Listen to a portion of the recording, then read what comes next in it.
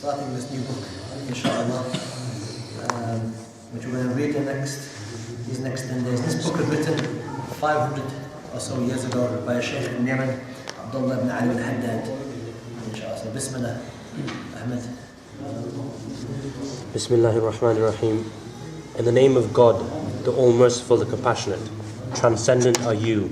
We have no knowledge save that which you have taught us. You are the knowing, the wise. All praise belongs to God, Lord of the worlds, who created man from clay, then made his progeny from an extraction of mean fluid. He rescued the believers who enjoined truth and patience among one another from among those who are in utter loss, excluding them after attributing failure to all humanity who do not believe. He commanded his believing servants to assist each other in benevolence and God-fearingness, and informed them that the most honourable of them in his sight are those who fear him most, that he is the protector of the God-fearing, and that he created jinn and humankind for nothing other than to worship him, not to make their worldly affairs prosper and to amass wealth. On the contrary, he warned them against that through his trustworthy Prophet sallallahu alaihi wasallam.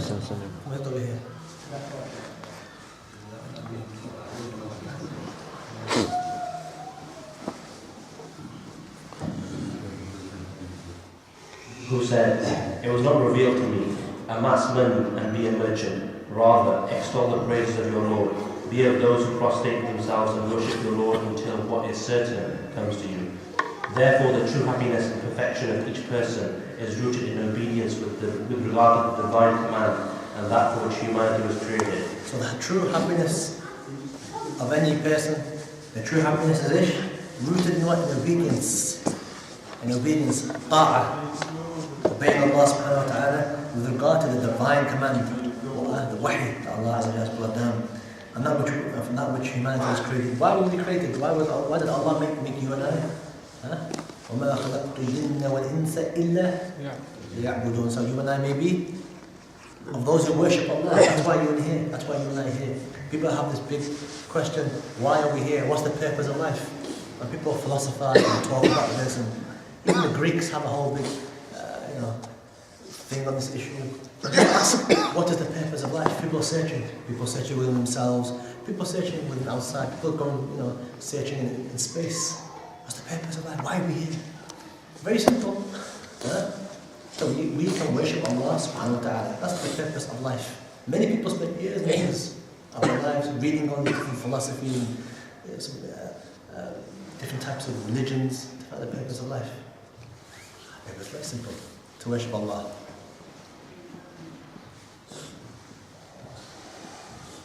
Therefore, the true happiness and perfection of each person is rooted in obedience with regard to the divine command and that for which humanity was created. One has to immerse oneself in this and devote oneself to it by severing everything that holds back or thwarts one from it, whether they are deviations of deceived fools or the absurdities of the dull and indolent. May God's blessing be upon our Master, Muhammad sallallahu alayhi wa sallam, the Master of all messengers and the Seal of all the prophets, whom God sent as a mercy to the worlds, and upon his family, companions and those whom follow him with excellence until the day of judgment. Now, to proceed. That which comprehends all goodness and serves as a foundation is taqwa, in private and in public. Taqwa. What is taqwa? We always hear the word taqwa, taqullah. كتب عليكم الصيام كما كتب على الذين من قبلكم لعلكم تتقون. Fasting was prescribed for you and those before you. Why? So we can have taqwa. What is taqwa? We always hear about the taqwa. Taqullah. أوصيكم بالتقوى الله, which is مذهب الشافعي. I have to say. أوصيكم بالتقوى الله. طيب. What is this taqwa all about? What's the purpose of fasting? Now I'm just going to tell you what taqwa is. Taqwa in private and in public, secretly and openly. Taqwa is the attribute which gathers for its possessor. Why are you reading the brackets? Taqwa, the fear of God, is the attribute which gathers for its possessor the good of this world and the next. Because of its importance in religion and its great worth in the eyes of the learned, scholars began their sermons exhorting people to taqwa and included in their counsels. Yes, whenever the ulama write books, they'll always mention taqwa in the beginning. They'll mention taqwa. Because it comprehends all good, It suffices the obligatory counsel that must be included in the Friday prayer sermon. Madhab al-Shafi'i, 5 things you have to do, you have to have in your khutbah. In Madhab al-Shafi'i, 5 things. Alhamdulillah, 1. Allahumma salli ala Sayyidina Muhammad, 2. 3. Usikum bi taqwallah. I enjoin you to have taqwa of Allah. That's the sermon. Part of the sermon. And then, 1 verse of the Quran that can be on the first khutbah or second khutbah. And the 5th and final thing, which has to be in the second khutbah, is a dua for the mu'mineen. So he's saying that in Madhab al-Shafi'i, taqwa is so important that your Jum'ah khutbah, if there's no mention of taqwa in the Jum'ah khutbah, don't care how nice the khutbah is, without mentioning taqwa in it, your khutbah is invalid. That's how important it is.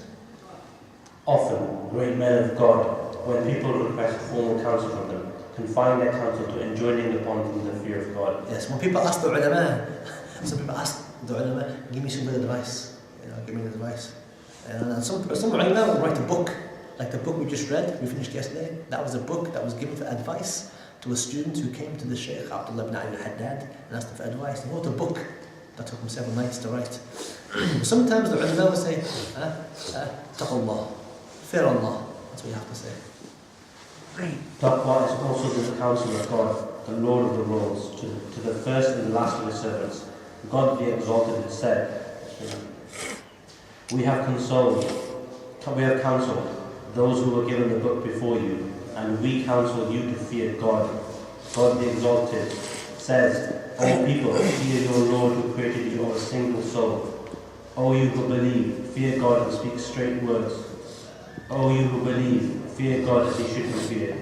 So fear God as much as you can. This means do everything that is possible in this respect, for God does not charge a person with more than what he لا يكلف الله نفسا إلا وسعها. With more than what he has given. People say, oh, it's too hard, I can't do it, it's too difficult. Allah will never give you a test. Allah does not inflict on you any punishment or anything in your life. Allah gives you something, a difficulty in your life, know that you can take it. Know that Allah has given you something that you can do, you can take, you can bear. Maybe hard, yes. Maybe difficult, yes. You might have had a very bad situation in your life that's happened to you. But know that Allah subhanahu wa ta'ala, He gave you that, and He gave you that, knowing that you can take that difficulty. There are many more verses enjoining the fear of God. The good of both this world and the next world were promised by God to those who fear Him. Examples of this are relief from hardship and bestowal of provision from whence he does not expect. God the Lord said, he who fears Allah, He will make a way out for him. If you fear Allah, Allah will give you a makhraj, a way out. Just fear Allah. Any difficulties you have, any problems you have, just fear Allah, Allah will do for you. And Allah will provide for him where he does not expect. All that came from you fearing Allah. When you fear Allah, Allah Azza wa Jal then will make a way out, makhraj. Find a way out for you. Any difficulty, fear Allah. And the way out will come. And on top of that, Allah will provide, Allah will give you rizq. Right guidance. God the Exalted said, this is the book, no doubt between right guidance and God-fearing. People who have taqwa, if you have taqwa, then you're going to have right guidance. You're going the right way. Knowledge. God the Exalted said, fear God, and God will teach you. La ilaha illallah. And the more taqwa you have, then Allah has said in the Quran, what He's mentioning here, He's mentioning, look, if you have taqwa, you'll have knowledge. If you have taqwa, you have right guidance. If you have taqwa, Allah will remove difficulties that you're going to have in life. Allah will remove all this. So how are you, by you having taqwa, fear of Allah, secretly and openly with yourself, and when you're with other people, if you have this taqwa, then how will Allah give you knowledge? What Allah Azza wa Jalla has said in the Quran, fear Allah, Allah Azza wa Jalla will teach you. Allah is the ultimate teacher. Allah Azza wa Jalla is the ultimate teacher. Allah does not need to send you to school and give you teachers to teach you. Allah can just give you the knowledge. Confidently, you can do that. Discernment, expiation of bad actions, and forgiveness of sins. God, transcendent and exalted, says, if you fear God, He will give you discernment, expiate your bad actions, and forgive you. SubhanAllah. Fear Allah Azza wa Jalla, Allah will give you discernment, a way of understanding things, and Allah will remove your bad actions and forgive you. your bad deeds, Allah will forgive you. What about having taqwa? So this is somebody when you've done something wrong, you've made mistakes, you've done something haram, but if you have taqwa afterwards, make tawbah, and have taqwa, Allah will remove these bad sins from you. Certain commentators have stated that discernment is a guidance in the heart which discriminates between truth and falsehood. Yes, when you have taqwa, then you have this discernment, which is what? A guidance in the heart. Where you can tell what's right and what's wrong. And the Prophet ﷺ said in the hadith Sahih, فَاسْتَفْتِ قَلْبَكَ وَإِنْ أَفْتَوْكَ النَّاسِ.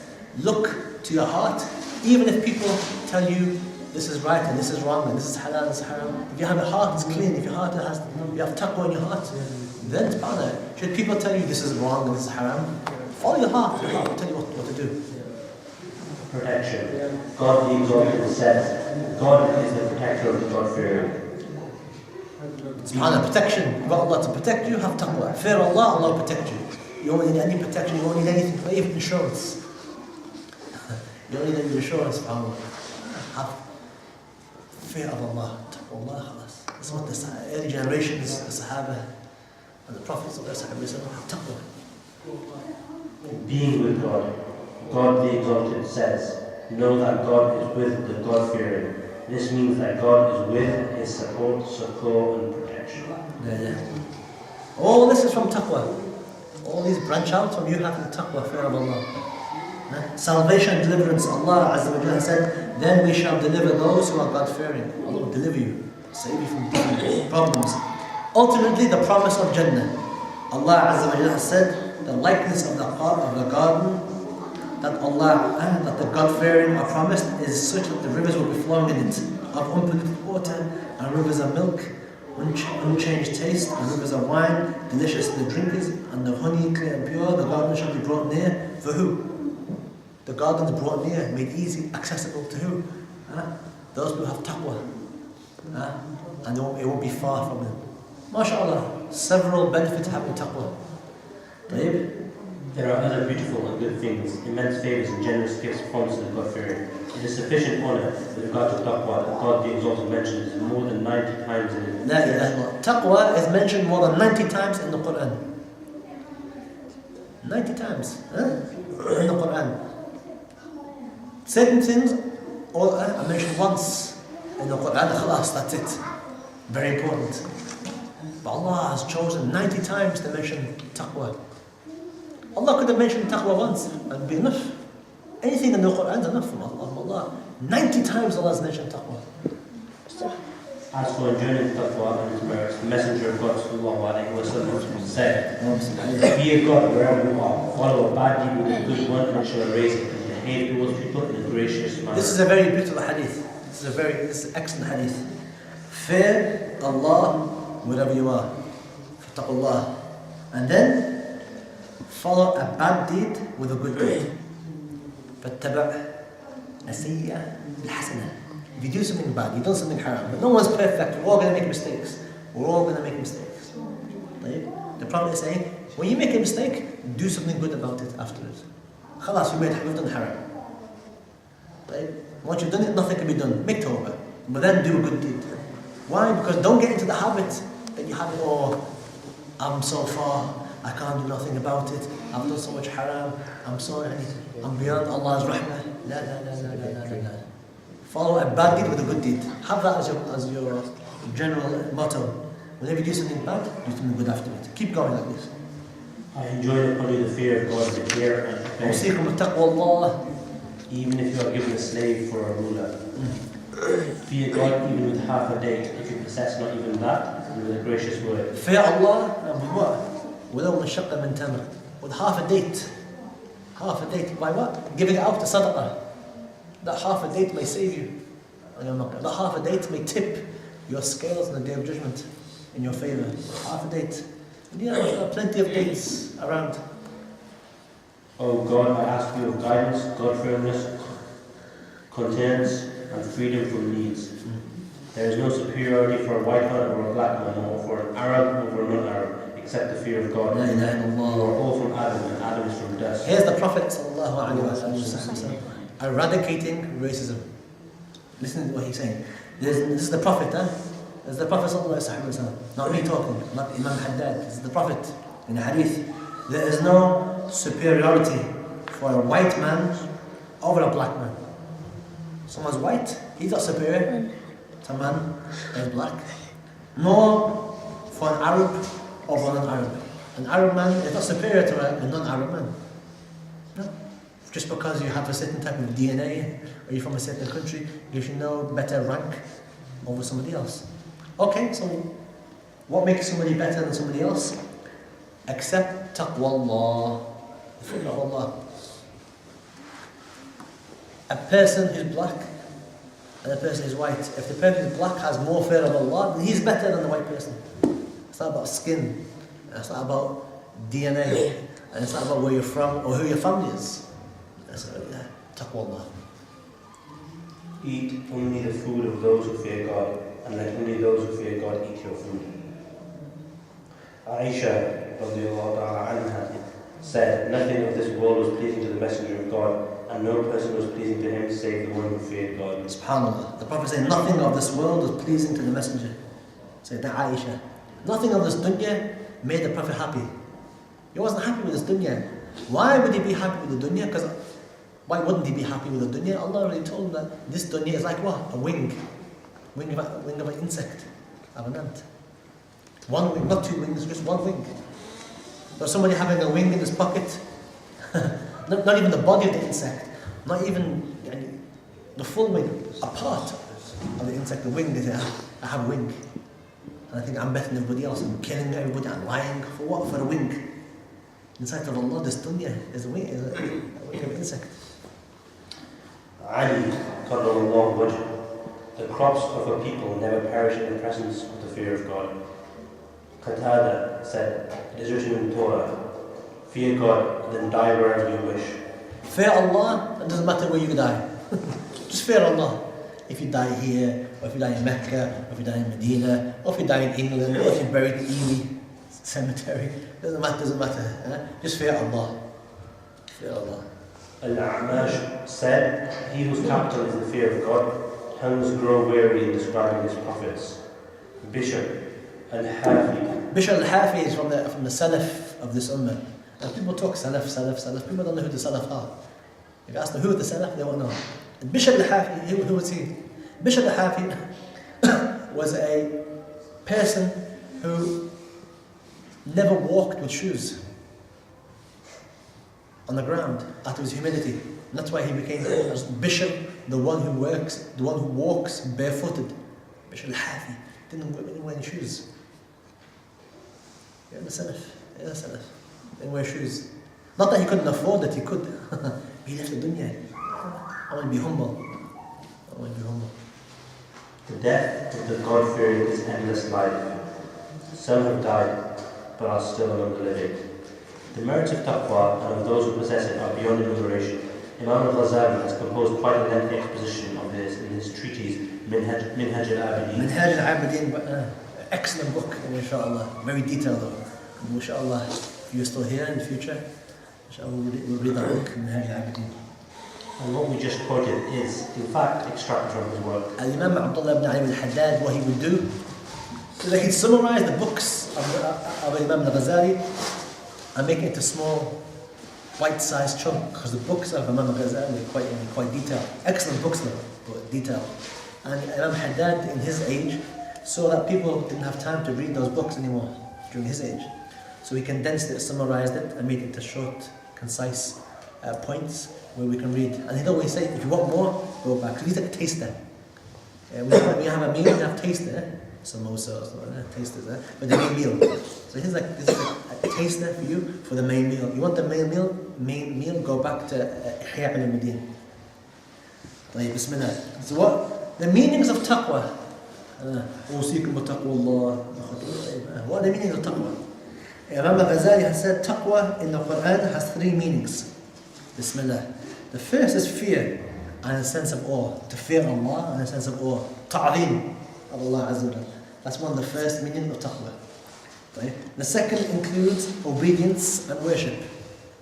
Ta'ah and ibadah. Obedience to Allah and worship. Right? The third meaning is freeing the heart from sins. You want to have taqwa? Free your heart from any sin. Free your heart from any connection to anything other than Allah. Yeah? Which is the reality and essence of taqwa. So in summary, taqwa is to guard oneself against the anger, the wrath of Allah and His punishment. How do you protect ourselves from the wrath? The anger of Allah Azza wa Jal. By what? By fulfilling His commands, doing that which Allah has told you to do, and staying away from that which Allah Azza wa Jal has told you to stay away from, and abstaining from what He has made prohibited. Imtithal al-awamir, ijtinab al-nawahi. Doing that which Allah has told you to do, and staying away from that which doing that which Allah has told you to do, and staying away from that which Allah Azza wa Jal has told you to stay away from. In a nutshell, that's taqwa. The reality of taqwa is that Allah never sees you where He has forbidden you to be. Taqwa, fear of Allah, is that Allah never sees you where He has told you not to be. Your father says to you, don't be in the park at 9 o'clock. And if your father goes out and sees you in the park at 9 o'clock, what's going to happen? What's going to happen?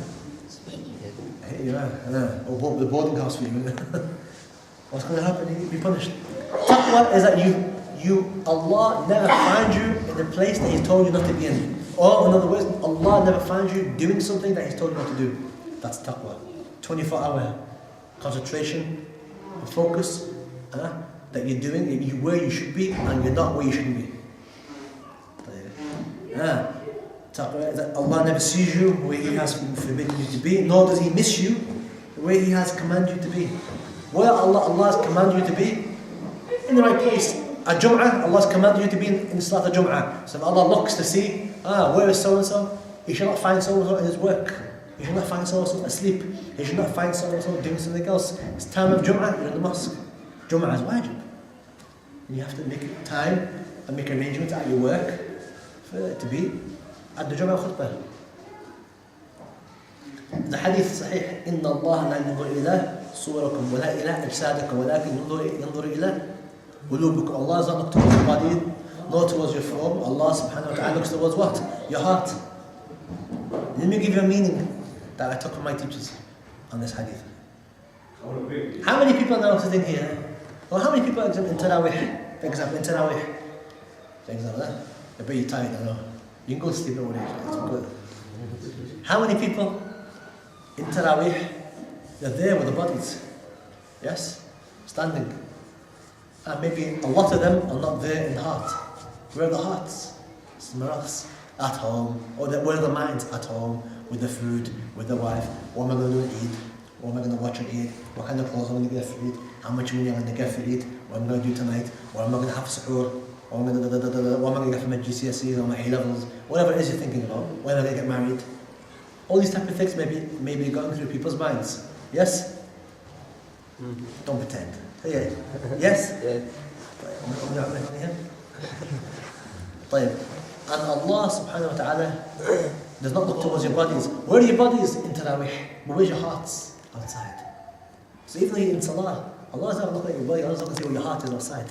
And if Allah finds your heart outside, you'll be judged. Although embodied in Salah. إِنَّ اللَّهَ لَا يَنْظُرُ إِلَىٰ أَجْسَادِكُمْ لَا إِلَىٰ صُوَرِكُمْ. Qaim, praying all night. Doing what you should be doing. Allah is not looking at your body, He's looking towards your heart.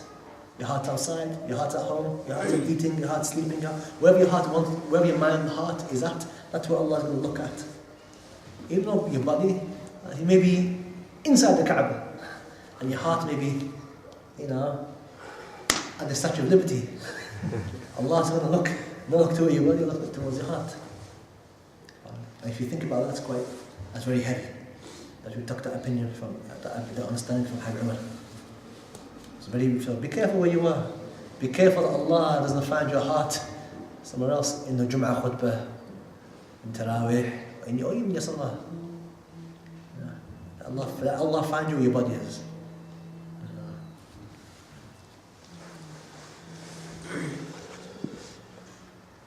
2. The recompense of works. Those possessed of sound hearts and upright minds know that they will be required for what they will do in this life, that they will reap what they sow, that they will be judged just as they judge others, and and that they are heading towards that which they have forwarded for themselves. How can such people not know this or fail to be certain of this, when what they believe and trust in comes from what they hear in the perfect revelation of God and the utterances of His Prophet? They are sources that impart conviction and certitude. What we hear in the Hadith, what we hear in the Quran, will give you conviction in your heart and certitude, yaqeen, that this is going to happen. In one whose heart Allah illuminates and whose breast He expands. So be present of heart, make your heart present and have an attentive ear. Listen carefully and listen to what may wake you up from your heedlessness, from your ghafla, and rouse you from your slumber. Act well for your own good and save yourself. On a day when no wealth shall help and no children save those who come to Allah with qalbin salim. Why are we always talking about hearts? The heart. Why are we mentioning the same thing? The heart. What's so important about the heart? Allah Azza wa Jalla said, save yourselves from what? From a day on which your wealth is not going to help you. Your wealth is not going to help you. Your degree, your masters, your PhD, how much work, how much your paycheck is. No, your children are not going to help you on this day. Except who? Who's going to help? Allah. إِلَّا مَنْ أَتَى اللَّهَ بِقَلْبٍ سَلِيمٍ. Except for the one who comes to Allah with a sound heart. Your heart is the most important thing. And that's why we're focusing on it. And that's why we're reading these books. How many people walk around, the hearts are diseased, full of arrogance. Now, how many people may be reading Salah or reading the Quran and thinking of themselves better than everybody else? I'm better than so-and-so. Why? Because I'm a sheikh, I'm the imam, I'm an alim, I know more Quran, I know more fiqh, I know more hadith. You say, you think yourself better than everybody else. Shaitan is more knowledgeable than you. And when shaitan going to end up in hell. Now shaitan is more knowledgeable than me and you put together. So don't fall into this mistake, arrogance, thinking yourself better than everybody else.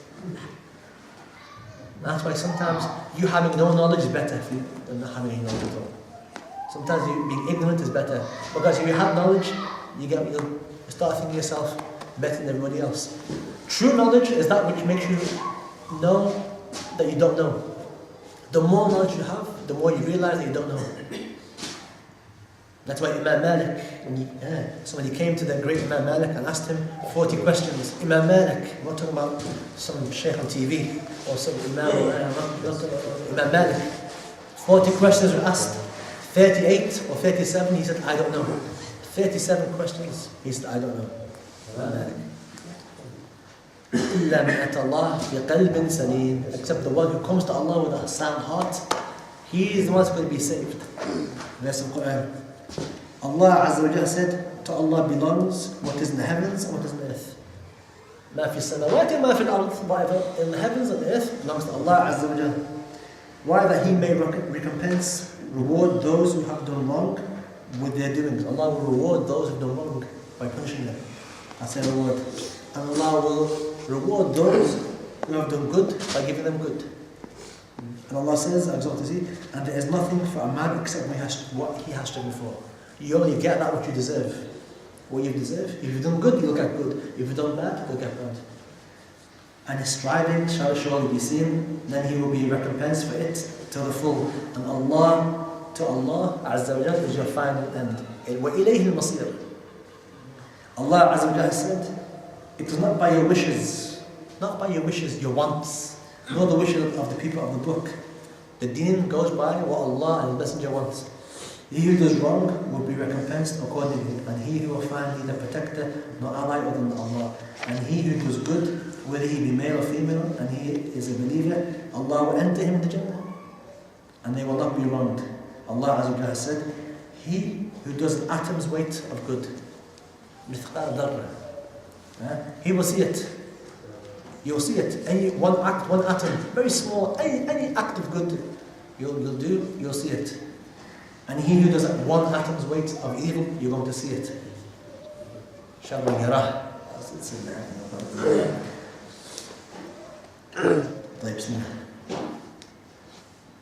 And Allah said, What the Exalted said? Allah, God charges no soul except that which it can bear. Allah, لا يكلف الله نفسا إلا وسعها. Allah does not give you a burden more than you can take. It's not with Allah's rahmah to give you something, a trial, a calamity, a problem, a crisis in your life. Whatever the crisis is, wherever the problem, wherever the difficulty in life, know that Allah has given this crisis to you and problem to you in your life. Know that you can do it, you can get through it, you have patience, you have the strength to get through this. Why? Because Allah said, لا يكلف الله نفسا إلا وسعها إلا وسعها. You can take. So don't think that it's unbearable, life's too difficult. That's not the life, that's not Allah. طيب, Bismillah. It will be required for whatever good and whatever evil it has done. And he says, exalted is he who does good, it is for his own self, and he who does wrong, it is against it. And your Lord is not unjust to his servants. People, somebody asked me a question recently. Why does God bring these calamities and problems and earthquakes and tornadoes and tsunamis, all these type of things and famine? One man came to me recently, and he said to me that, what sin do young children have for them to starve and die, like in Africa, other countries? If God was compassionate, why would He allow a child to die like that? Granted, okay, someone being nasty, a bad person, okay, fair enough, we can see the wisdom. We can see the wisdom in that. What then? What's the sin of the child who's dying, starving? Nothing wrong. Don't we say Bismillah ar-Rahman ar-Rahim, in the name of Allah, the most gracious and the most merciful? Where is the most merciful? In its madhar, in children dying?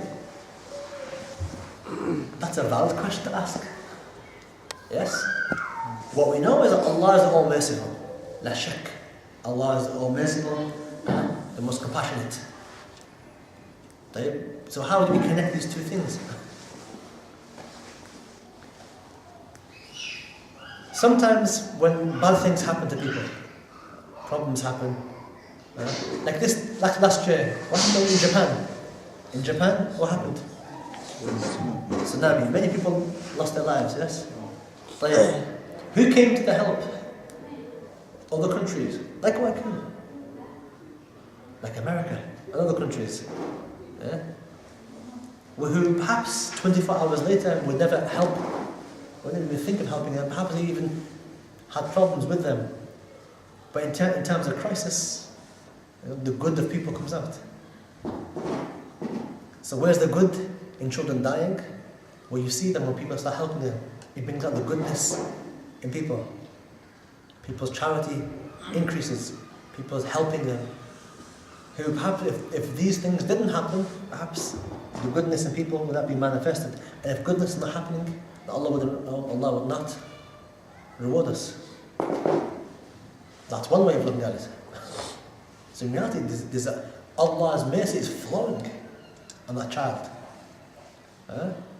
The child's going through difficulty, other children losing their lives, but people now giving and helping. Isn't that Allah's mercy? Flowing, Allah's assistance coming to help through the actions of people. That's one thing. The other thing is also that sometimes calamities happen, problems happen in the world by what we've done.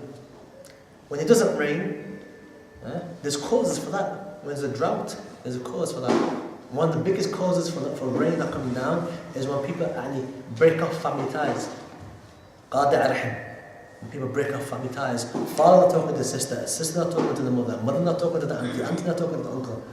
Each one of us will probably know a person or know a family member who is not talking to a family member. That's one of the reasons why it doesn't rain. That's one of the causes of droughts. And we have a way out of that. What's the way out of it? We have a salah called Salatul Istisqa, the drought prayer.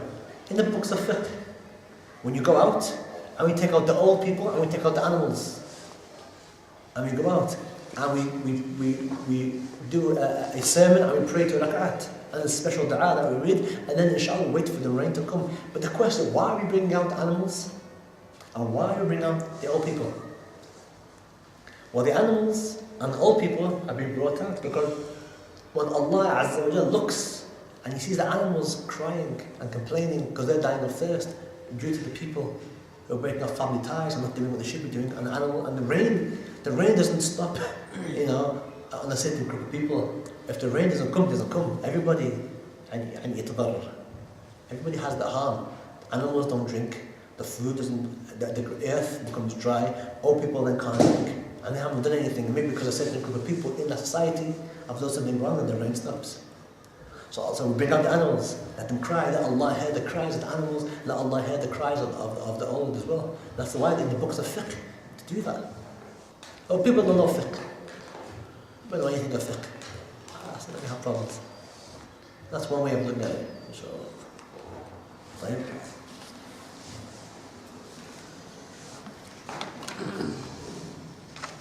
And He, exalted is He, judgment day shall be a day when each soul will find the good it has done, what the for the evil it has done. If we wish that there would be a mighty distance between them. God wants you to beware of Him, and God is kind to His servants. And He says, exalted is He, fear a day when you shall be returned to God, and that each soul shall be recompensed for what it has done, and they shall not be wronged. It is said that this verse is the last verse of the Quran. SubhanAllah, the last verse of the Quran to be revealed was this verse. Fear a day when you shall be returned to Allah, when you go back to Allah Azza wa Jalla. Then each soul shall be recompensed for what it has earned, and they shall not be wronged. Last verse of the Quran. Inshallah, we'll stop there. Inshallah, an excellent piece of advice. Taqwa. Now we know several meanings of taqwa, and now we know several benefits of taqwa. What does taqwa do? Several benefits. So when we say taqwa Allah, now we know what it means. Alhamdulillah. Wallahu a'lam. Any questions?